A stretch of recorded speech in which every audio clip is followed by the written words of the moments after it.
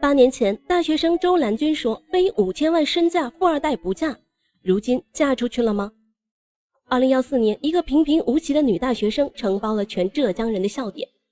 當年在《相親才會贏》這檔節目中，作為女嘉賓的周蘭君說：“我非身價5000萬以上的富二代不嫁。”這既是她對節目組的要求，也是自己擇偶的標準。不過，在經歷了幾場鬧劇般的相親之後，周蘭君在群嘲中黯然退出大眾視野。時隔多年，又為何出面重提舊事，自辯清白？如今8年過去，她是否已經實現夢想，嫁入豪門？事件的源頭還得從一檔節目說起。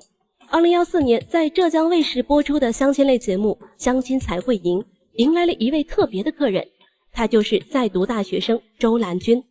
她的特別地方在於，剛一上來就公開表示，必須嫁給富二代，普通的富二代還不行，身價至少要5000萬起步。此話一出，驚呆眾人，就連節目組人員都忍不住詢問：你為什麼這麼自信，認為自己能嫁給5000萬身價的富二代呢？對此，周蘭君則有自己的定位：我人格獨立，這是我最大的優點。總有人喜歡是我這一款比較淑女型的，如果沒有嫁到的話，我可以不結婚。不僅如此，他還有依據。之前我有去世紀佳緣打聽過我能嫁多少的，然後其中一個紅娘說我可以嫁2000萬資產的，然後不過我自己想嫁5000萬。這番稚嫩的言論令人哭笑不得。當你以為他只是無知者無畏，他卻有着清晰的思維和不變的決心。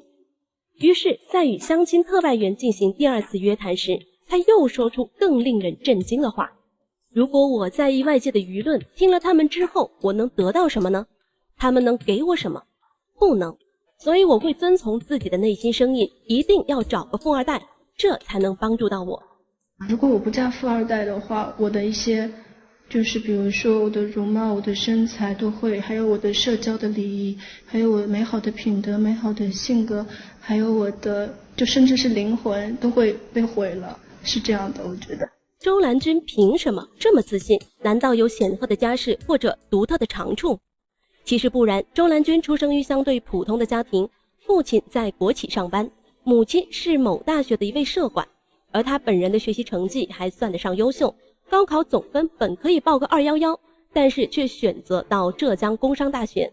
僅憑這些條件對上他擇偶標準還是遠遠不夠的，但節目組能看出他的決心，還是給周蘭君安排了男嘉賓相親。參加約會的時候，周蘭君還是很重視的，為此精心打扮了一番。不過周蘭君展露出來的表現卻讓人大跌眼鏡，自稱接受過良好的社交禮儀訓練呢，不等男嘉賓到場就自顧自地吃起桌上的水果。正常來講，等雙方到了之後再一起進食是最基本的禮貌，然而自稱社交禮儀優秀的周蘭君卻絲毫不在意。過了一會兒，男嘉賓到場，雙方見面之後簡單打招呼就直入主題。在交談時，周蘭君便向男嘉賓提出了3點擇偶要求。第一，他說他想找的富二代，父母必須有明辨是非的能力；第二，要有求真務實的精神；第三，還要有誠信的品質。這樣子他才願意喊他們一聲爸爸媽媽，孝敬他們到老。好家伙，不僅要找5000萬的富二代，甚至還提出一堆的要求。男嘉賓聽完強忍笑意，直接汗顏，一時間竟不知如何作答。過了一會兒，男嘉賓反問他：您自身有什麼優勢或者長處嗎？周蘭君不但沒說出個所以然來，卻還不能放下自己的驕傲，有股擺爛的架勢。毫無疑問，這場相親以失敗告終。第1場相親告吹後，節目組又給周蘭君安排了第2場相親。對方是位大公司的金融經理，妥妥的潛力股，但顯然不符合周蘭君的心理預期。他看不上男嘉賓的學歷、收入、發展前景。你的學歷不高哎。中國大學，中國計量學院。那我估計不可以的。就成績，我當時是1282名，下直線。對，是可以報211的。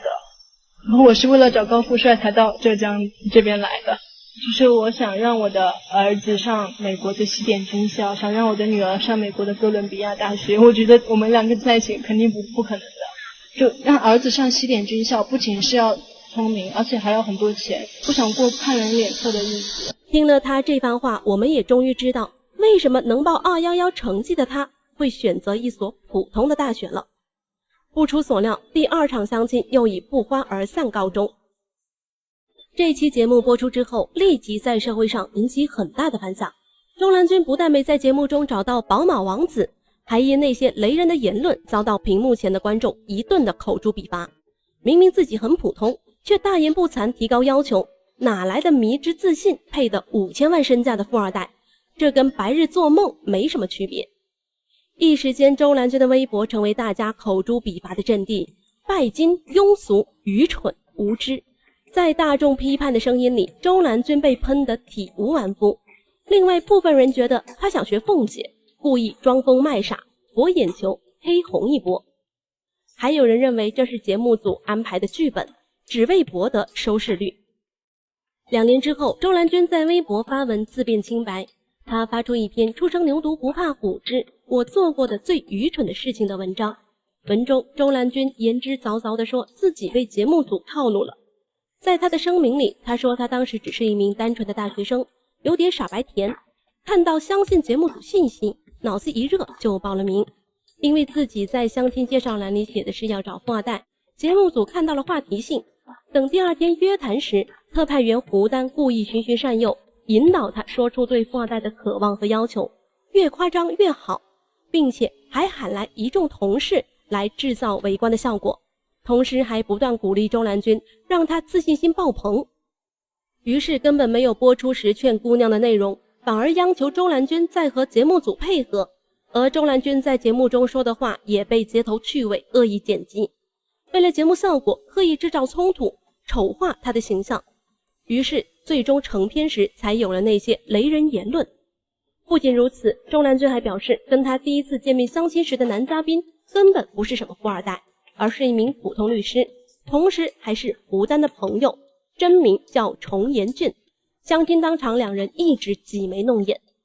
錄完節目後，周蘭君覺得不合適，不想播出，可是沒有得到電視台的同意。那麼真相到底如何呢？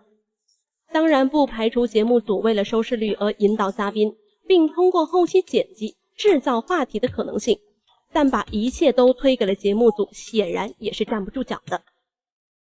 就拿毛晓彤和陳翔的事件為例，當初2人還在一起，陳翔在參與錄製《親愛的特戰》時就哭訴自己失戀了，是個單身狗。後來2人鬧分手，這事又被翻了出來，陳翔卻說這是後期的剪輯和配音問題，卻被毛曉彤反問，如果你自己沒說這些話，沒有給出這些信息素材，後期是沒有辦法剪輯的。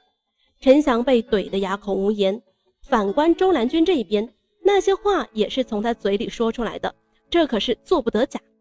可是一個年輕女孩想嫁給富二代的夢想又有什麼錯呢？並沒有。說句公道話，周蘭君還是有可圈可點的地方的。她是一個一直知道自己想要什麼的女孩，目標明確，並有自己的人生規劃。